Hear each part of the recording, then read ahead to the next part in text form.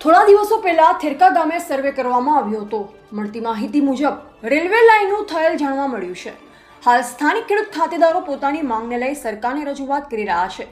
આ સર્વે ગ્રામ લોકોને જાણ બહાર કરવામાં આવી રહ્યો છે કે કોઈ પણ પ્રકારની જાણ કરવામાં આવી નથી કે નોટિસ પાઠવવામાં આવી નથી।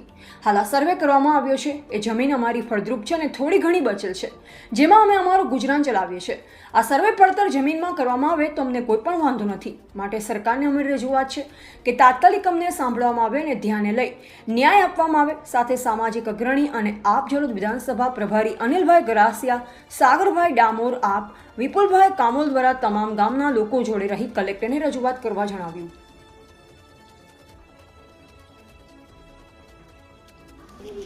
આજે હું થેરકા ગામના ખેડૂતો અને આગેવાનોની રજૂઆતને ધ્યાને લઈ આજે હું અહીંયા આવ્યો છું। થોડાક સમય પહેલાં અહીંયા સર્વે કરવામાં આવ્યું હતું।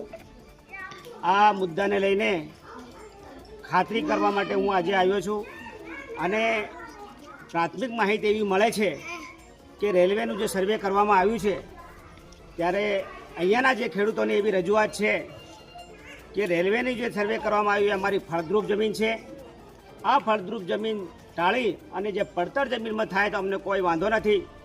ત્યારે સરકારને મારે એ જ કહેવું છે કે આદિવાસી સમાજ ખરેખર પ્રાથમિક સુવિધાથી આજે વંચિત છે।